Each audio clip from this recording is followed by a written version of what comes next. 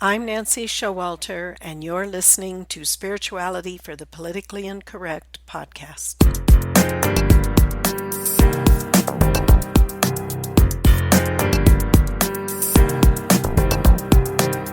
Welcome, all radical paradigm shifters and creative change makers. You who dare to create a better life and a better world. Tap into the power that resides within you and use that power for constructive change.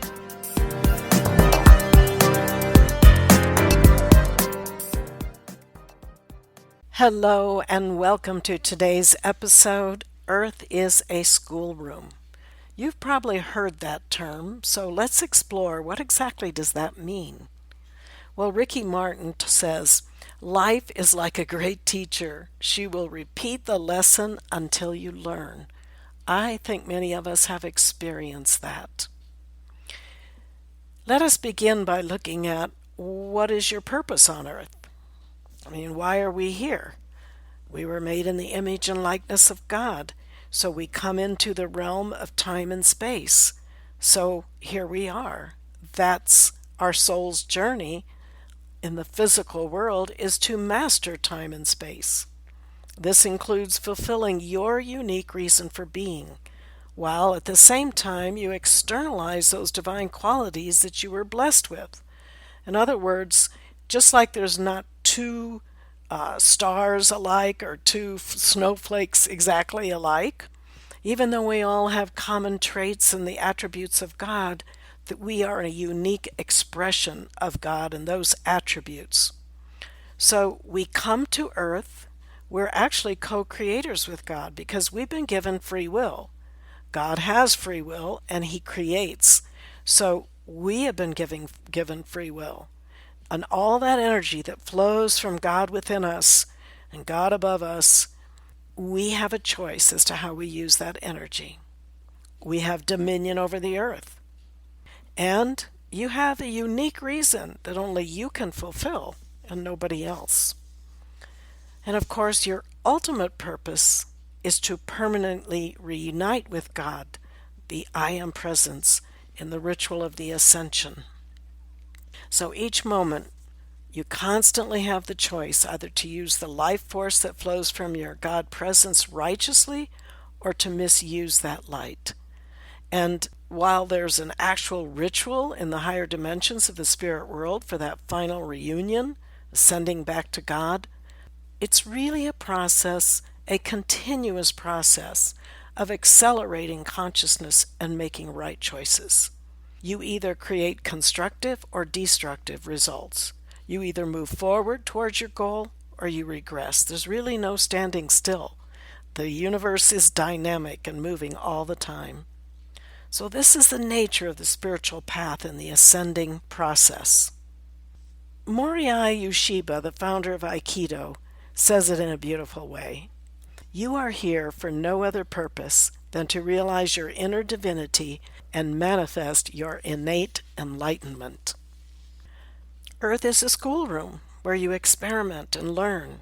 It's where you live out your plan for an incarnation that you created with your higher self and the spiritual masters who oversee that process prior to your birth. Who your parents are, where and when you're born, with whom you need to interact during the lifetime, are all worked out prior to your birth.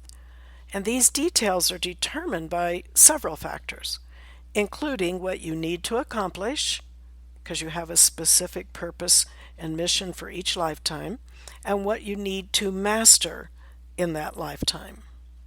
Your particular environment is chosen by what will provide you the greatest opportunity to grow spiritually, to balance any negative karma, and to capitalize on your good karma.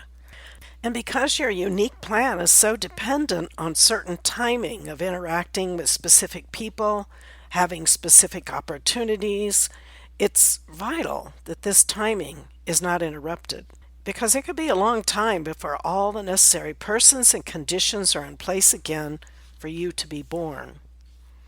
Now, unfortunately, in these modern times, we find that souls waiting to embody can face a number of different obstacles to being born healthy, or to being born at all. We find that the number of women with opioid-related diagnoses documented at delivery increased by 131% from 2010 to 2017. And statistics also show that over 20,000 babies are born each year dependent on illegal and prescription drugs and suffer neonatal abstinence, a type of opiate withdrawal. That's the equivalent of one baby every 25 minutes. Think of how this impacts the divine plan for the incoming soul. But no doubt, I think we'd all agree that the biggest obstacle to being born now is the moral acceptance and the legalization of abortion on demand. This is true in America and many other countries now as well. And even though Roe v. Wade has been overturned, there is still a tremendous push toward abortion up to the time of birth and even beyond when the baby is born live. Think of the legislation that has just passed in the House of Representatives in America. The legislation that was called the Born Alive Bill, meaning if a aborted baby is born alive, medical care would be given to that child because it's no longer part of the mother's body. So you can't say it's my body, my choice. It's for sure another living being. And the mother certainly does not have to choose to keep that baby. She can give the baby away. She never even has to see the baby. Can you imagine that out of 430 representatives, 210 voted against this bill?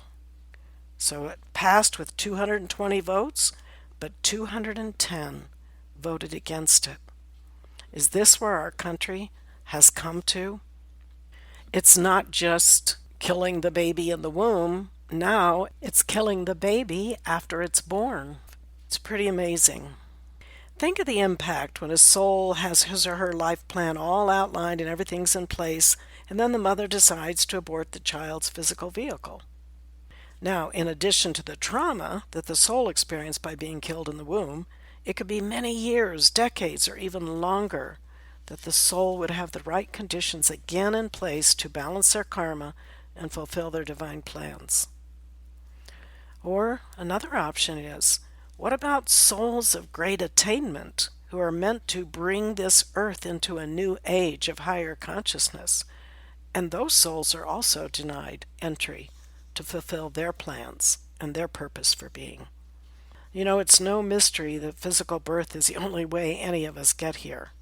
We all arrive as helpless infants, totally depending on others for our very lives. This is true from the moment of conception in the womb until we're old enough to take care of ourselves. After I gave birth to my 3 sons, I realized in reality we hold a sacred trust with one another. We are given opportunity to live in the physical realm by 2 people, then we give others that same opportunity. Now, since we don't consciously remember being in the spiritual realms prior to our birth, we don't remember what it's like trying to be born. We lose that perspective once we're here. And think of it, this was a reality for Jesus also. He too was born of a mother. He was a helpless infant, and he had to be taken care of and protected until he could take care of himself. In fact, his parents had to flee for Jesus' life because Herod was so intent on destroying the Christ, the one who people were calling the Messiah and the King of the Jews. He ordered all babies up to the age of 2 years old to be murdered. Can you imagine the horror of babies being slaughtered as they were ripped from their mother's arms and the painful death these babies experienced? What about today when babies are being slaughtered as they are ripped from their mother's wombs and the painful death these babies also experience? The primary argument of those supporting abortion is that it's the mother's body and she can make the choice as to what she does with her own body. And this is true. A woman should be able to decide what she does with her own body. However, there are many reasons to believe that the fetus is not part of the mother's body, but an entirely separate being. I like the way it was reiterated in the article in Epic Pew by Ryan Mayer. It's entitled 10 Reasons the Unborn is Not Part of a Woman's Body. So he has some compelling arguments. He says the unborn child has its own unique DNA and genetic makeup, separate from the mother's. The unborn child can also be of the opposite sex of the mother. The mother only has 2 arms and legs, but if the baby were part of her body, she would have 4 arms and 4 legs at around 12 weeks gestation. Also, if she's carrying a boy, she'd have male reproductive organs. He says it may be a single-celled individual called a zygote, but it is in fact a whole individual. Because, living beings aren't constructed like someone assembling an inanimate object by assembling parts. Living beings develop. They grow. They're alive. He also refutes the argument that just because the baby is inside the mother for a period of time doesn't prove it's part of her body either. If that were the case, then we would be part of our car once we are inside of it. Now, another objection is that the unborn child is not a human, but a glob of tissue. And of course, this argument is easily refuted with modern science. Nevertheless, it's still flouted by some. When you consider you could be fined up to $100,000 and a year in prison for killing sea turtle eggs, I contend that pro-abortionists do recognize that within the egg is life that they believe deserves to live. Many people argue also that abortion is not mentioned in the Bible. However, Jesus himself warned us about such offenses, which he said would come. He said, it is impossible, but that offenses will come. So he didn't have to outline everything that could be done to a child. He said, it is impossible, but that offenses will come, but woe unto him through whom they come. It were better for him that a millstone were hanged about his neck, and he cast into the sea, than that he should offend one of these little ones. So offenses have come to the point where we even accept, some people even accept the killing of the child after it is born alive. So when we look at what abortion does to the soul trying to incarnate, the trauma of the violent procedure, aborting of the soul's divine plan, that individual is unique and separate from the mother's body, I believe abortion is seen for what it is, the taking of innocent life. And this taking of life creates karma that will have to be balanced in one way or another by all involved. Also to consider that national legalization of abortion, as it was in Roe v. Wade, also creates karma for the nation, which erodes its spiritual protection. I like to think of life about 100 or 200 years from now, when people look back at this period of history and wonder, what could we have been thinking to engage in such a barbaric practice? What could have possessed us to think that ripping a child from a woman's womb and killing it was natural and according to God's law? These are things to reflect upon and to look at the spiritual perspectives and ramifications of abortion and what it means to the unborn soul, what it may mean to you someday when you want to incarnate on this planet also. I will see you next week. Until then, keep an open mind, a generous heart, and a powerful spirit.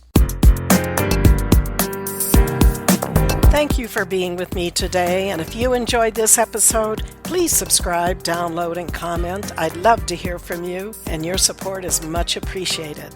And don't forget to go to theawakeningnow.com for free bonuses and information on my new book, You Were Born to Be a Christ, But You Were Taught You Are a Sinner. Awaken to who you really are. See you next week.